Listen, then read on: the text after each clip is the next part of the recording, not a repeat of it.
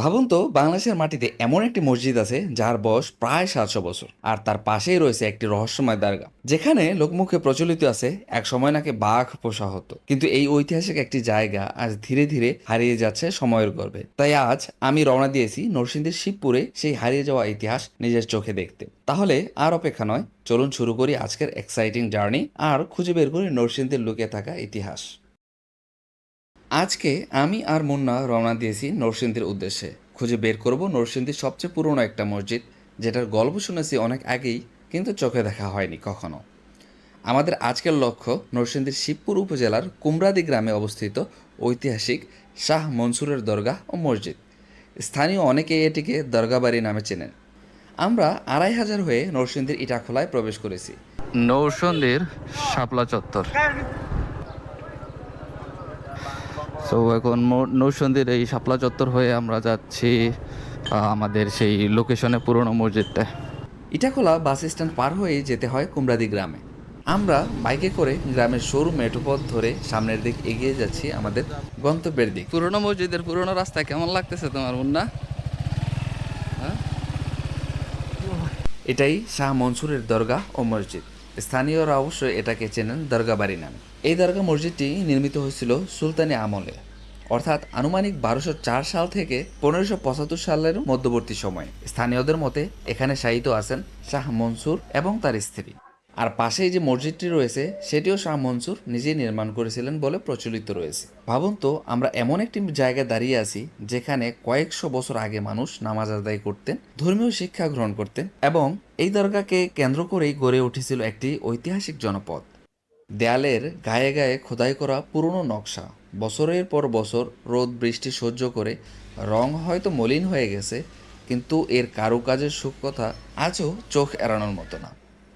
সময়ের সাথে সাথে পুরো স্থাপনাটি এখন প্রায় ভঙ্গুর অবস্থায় চলে গেছে। কোথাও দেয়াল ধসে পড়েছে, কোথাও ছাদের অংশে ফাঁকা হয়ে গেছে, পায়ের নিচের ভাঙা ইট, চারপাশে জংলা ঘাস। ভেতরে ঢুকতেই চোখে পড়ল দুইটা কবর, পাশাপাশি শুয়ে আছে নীরবে। স্থানীয়দের মতে এখানে শায়িত আছেন শাহ মনসুর এবং তার স্ত্রী। এবার আমরা চলে আসলাম পশ্চিম পাশের বড় কক্ষটির সামনে। জানা যায় এই কক্ষটি একসময় দরগার দেখাশোনার দায়িত্বে থাকা ব্যক্তিরা ব্যবহার করতেন। ভাবতেই অবাক লাগে, শত শত বছর আগে এখানেই হয়তো বসবাস করতেন দরগার খাদেমরা। আজ সেই কক্ষটিও সময়ের সঙ্গে সঙ্গে অনেকটাই ভেঙে পড়েছে। এখন আপনাদের নিয়ে যাচ্ছি এই জায়গাটির সবচেয়ে রহস্যময় অংশে। দক্ষিণ পাশে রয়েছে একটি ছোট গম্বুজযুক্ত বর্গাকার স্থাপনা। স্থানীয়দের মুখে প্রচলিত রয়েছে একটি অদ্ভুত গল্প। শোনা যায় শাহ মনসুর এখানে একটি বাঘ পুষতেন। হ্যাঁ, শুনতে অবিশ্বাস্য লাগলেও এমনটাই বিশ্বাস করতেন স্থানীয় মানুষরা। স্থাপনাটির ভিতরে এখনও রয়েছে লোহার দুইটি বড় রিং। অনেকের ধারণা এই রিংয়েই একসময় বাঘের শিকল বাঁধা থাকত। ইতিহাসের সঙ্গে লোককথা মিলে জায়গাটিকে আরও রহস্যময় করে তুলেছে। এই গল্পের শতভাগ সত্যতা হয়তো প্রমাণ করা কঠিন, কিন্তু এমন কিংবদন্তি একটি ঐতিহাসিক স্থানকে মানুষের কাছে আরও আকর্ষণীয় করে তোলে।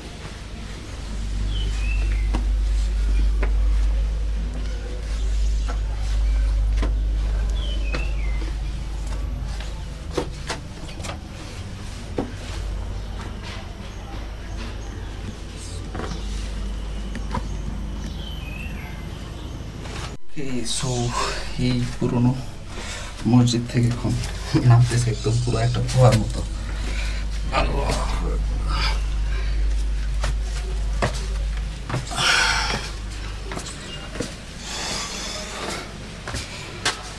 হ্যাঁ, ফাইনালি নেমে পড়লাম। ঠিক পাশেই একটা মাদ্রাসা, নাম হজরত আবু বকর সিদ্দিক রাদিয়াল্লাহু তাআলা আনহু মাদ্রাসা। যেহেতু আজ শুক্রবার, সিদ্ধান্ত নিলাম জুম্মার নামাজটা এখানে আদায় করব।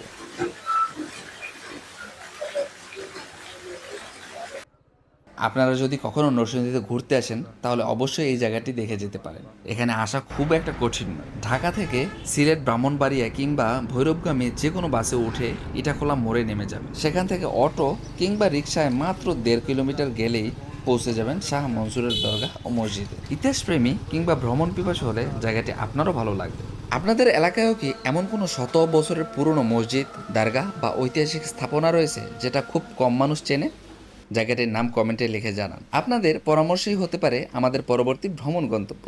বন্ধুরা, আজকের পর্ব এখানেই শেষ করছি। তবে আমাদের নরসিংদীর ভ্রমণ এখানেই শেষ নয়। পরের পর্বে আপনাদের নিয়ে যাব নরসিংদীর এমন একটি হিডেন খাবারের জায়গায় যেটা দেখার পর নরসিংদী গেলে আপনিও সেখানে একবার যেতে চাইবেন। তাই পরের ভিডিওটি একদম মিস করবেন না। রূপচাঁদাটা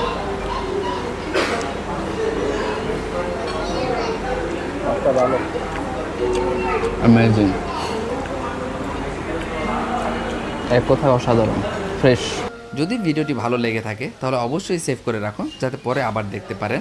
আর ইতিহাস প্রেমী ও ভ্রমণ পাগল বন্ধুদের সঙ্গে শেয়ার করুন। এমন আরও অজানা ইতিহাস আর দারুণ দারুণ ভ্রমণ গল্প দেখতে ট্রাভেল উইথ কাউসার চ্যানেলটি সাবস্ক্রাইব করে পাশে থাকুন। আজকের মতো এখানেই শেষ করছি, দেখা হবে পরের পর্বে। ফাইনালি করলাম।